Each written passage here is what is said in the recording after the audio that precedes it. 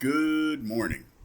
Hope everybody's doing well. I'm sporting my new shirt that my wife got for me, my grandpa shirt. Ah, yes, I love being a grandpa. But anyway, I just saw on the news the day before yesterday that the national debt has officially eclipsed $40 trillion. Now, to put that into perspective, a trillion is 1,000 billion. A billion is 1,000 million.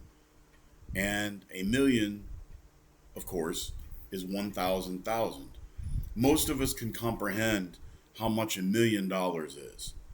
It might take a little bit of doing, but we can judge what a million is. But a billion, I think you'd have to have the mind of Stephen Hawking to figure that one out, let alone a trillion. Um, but the national debt is 40 trillion. That's astounding. That's an astounding amount of money. But it's even worse when you consider that we have 180 to 220 trillion roughly of unfunded future liabilities. That's like Social Security, Medicare, pension payments, other debts that the government has in the future, financial obligations. And it's kind of like if you put it into perspective as a family man, let's say um, you make 45 grand a year, but you spend 70 grand a year. You have, I think, 4 million in debt, and your interest on that is like a hundred and some thousand every single year. Um, it nobody would give you any loan. You wouldn't be able to borrow any more money. So the government has the ability to print money, but that, of course, causes debauchery of the currency, which results in inflation. So where do we go from here? Um, we've got the midterm elections coming up, and a lot of the DSA or Democrat Socialist of America candidates are promising free health care, free child care. They want free housing or housing subsidies. They probably want food subsidies, like New York wants government owned grocery stores that are going to sell at a loss, apparently. And many of them also want an open border as well. Don't know how this is going to work. And the Republicans are doing a terrible job of standing up against it. They're just saying, well, this is bad, but, you know, then when they get pressed on it, they're like, well, we're going to come up with a better health care plan. Well, the whole thing is we need to get the government out of this.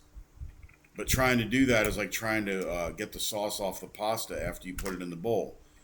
Um, what's going to happen? Eventually, we're going to face some long-term severe austerity measures down the road when the situation gets so bad when nobody else will buy our debt. Um, we're almost like a third world country if you factor in our debt and unfunded liabilities. And the dollar is the world's reserve currency. When you buy things, they price it in dollars. Well, if that ever ceased to be the case, we would be in heap big trouble, as Elizabeth Warren might say. Um, I don't see any way out of this because the Republicans say, oh, the Democrats want to waste money and spend, spend, spend. And the Democrats say, well, the Republicans want to waste money and borrow and spend. Well, both parties are guilty of both of it. If they really wanted to control spending, they would have balanced the budget. Now, a lot of people will say, well, Biden drove up the debt, Obama drove up the debt, Trump drove up the debt. Well, the reality of it is it takes Congress too. Congress controls the purse strings. You have Republican presidents, Democrat presidents. The debt grows either way. The closest we came to a balanced budget, it really wasn't balanced, but it was close, was under Bill Clinton. And that was only because Republicans in Congress held his feet to the fire and he shut down the government 2 or 3 times because he wanted to spend more money. It seems like gridlock can sometimes be good, but basically, neither one of the major parties wants to balance the budget. There's a few in maybe the Republican Liberty Caucus, Thomas Massey, Rand Paul, maybe Mike Lee. Some of those people maybe have a a real desire to balance the budget, but most in the Republican Party don't want to. I don't know of any fiscally conservative Democrats. Maybe there are a few out there, but none of them in this state are. They want to raise taxes. They want to spend more money. They want to try and sustain a generous welfare state and an open border, either de jure or de facto. They say, well, we don't want open borders, but we just want to abolish ICE. We don't want to have the Border Patrol. We don't want to deport anybody. Well, that's a open borders position, no matter how you slice it. You can have an open border or you can have a welfare state. You can't have both. The Europeans are figuring that out. But anyway, as far as our debt, what's the solution? Well, Social Security is about to start running a shortfall. Ironically, I start taking it next year, but it's not nearly what it would have been if I could have invested that money privately. Social Security is an intergenerational Ponzi scheme. It's also arguably unconstitutional because retirement is not mentioned as an enumerated power of the federal government. Article 1, Section 8, the 10th Amendment would reserve that to the states and the people. But I know it's there. It's the 800-pound gorilla in the room. But sometime around 2032, somewhere around there, 2033, Social Security is going to start running into a problem where they're not going to have enough to pay the bills, to pay the benefits. As the late Ross Perot used to say, Larry, we have too many people riding in the wagon, not enough willing to get out and pull it. Well, Social Security, when it first was designed, you didn't live long enough to collect, and they had maybe 30 people paying into it for every person taken out of it. It was a great deal early on. But as time goes on, people live longer, okay? You have fewer workers paying into it compared to people taking it out. They've also expanded who gets Social Security benefits, so it's not just retirees. There are people who are younger who are getting SSI and other stuff like that who never really paid into it. Then you can come legally to the country from somewhere else a little bit later in life and you're entitled to benefits, even though you didn't pay into it your whole working life. So there's a lot of systemic problems with it. But that's just the tip of the iceberg. We are in deep financial trouble in this country, and it's like the Titanic headed for the iceberg. The Republicans want to polish the brass, and the Democrats want to rearrange the deck chairs. The captain's asleep at the wheel, and nobody's pulling back on the throttle. They're downstairs telling the band to keep on playing, and they're popping open more champagne. There's not enough lifeboats for everybody on the ship. But here we go. Just kick the can down the road to the next generation. Tell everybody that Social Security is a contract with the American people, and everybody will just keep voting for politicians who want to keep the gravy train going. Well, eventually we're going to run into some very bad austerity measures. Now, that's where the solution, after the pain becomes quite severe, we're going to see a move for an Article 5 Convention of States for a balanced budget amendment, or to possibly end the income tax and replace it with a consumption tax. We might see term limits, anything like that. And when I say Convention of States, I don't mean a constitutional convention, because if that happens, that's the reset button. We're in full civil war, baby. We don't want that. A Convention of States is something that's limited to one particular issue, and each state has an equal vote in it. So California would have one vote, as would Rhode Island, and so on. It takes 34 states to call for a convention of states for whatever the issue at hand is. It takes 38 to ratify. This bypasses the Congress and the White House totally, and it would come from the states. The states need to reassert their power, because the United States is a constitutional republic where the federal government was given certain limited and enumerated powers by the states which created it, not the other way around. The federal government is not supposed to lord over us. Does this mean we can fix this situation by voting harder? Maybe not. Maybe it's too far gone. I don't know. As a husband, a father, and a grandfather, I don't want to see the United States fall apart. But we've got some severe problems we need to deal with. We're not going to be able to tax ourselves into prosperity, nor can we borrow our way out of debt, nor can we print our way out of inflation.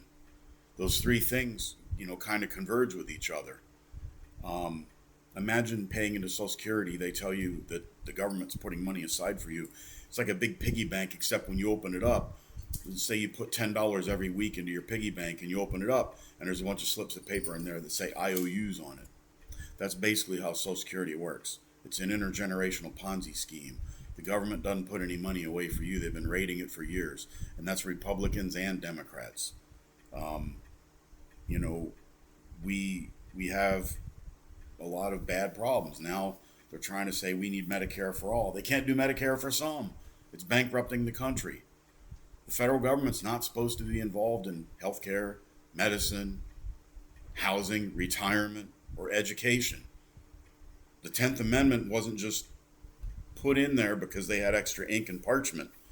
So we've got to try and talk to people about the Constitution, try and educate them as to why we have the system of federalism, why we are a constitutional republic, and why we are not a democracy. You hear people saying, well, we got to save our democracy. Well, the United States is not a democracy. We are a type of representative democracy, but we are not a democracy in the majoritarian sense. And that was designed that way deliberately. Um, it's very frustrating. We're going down a bad road, and the longer we go down this road, the harder it's going to be to turn ourselves around or dig ourselves out of the ditch. Right now, my grandson, who's not even 2 yet, and my granddaughter, who's due any day now, she's due very early September. So she might come early, but the two of them are going to have over $100,000 of debt on their back, and they didn't have a darn thing to do with creating it.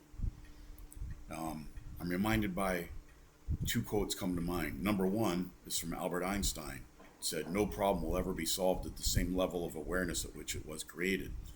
The second one is from George Washington, our first president. "Government is not eloquence, it is force.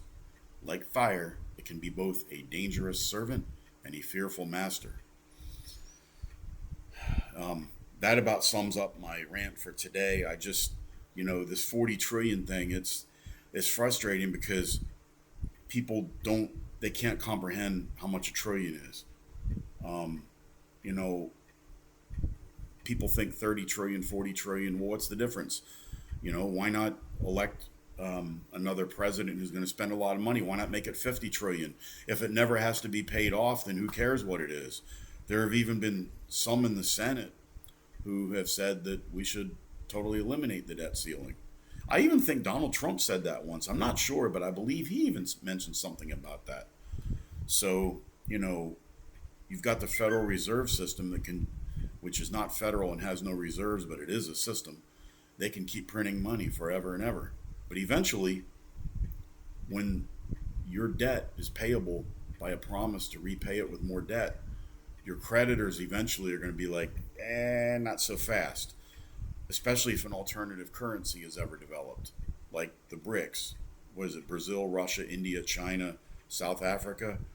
If that thing, I don't think it's going to happen anytime soon, but if that ever comes to fruition and other countries start wanting payment in a different currency besides the dollar, we could be in big trouble, as Elizabeth Warren would say.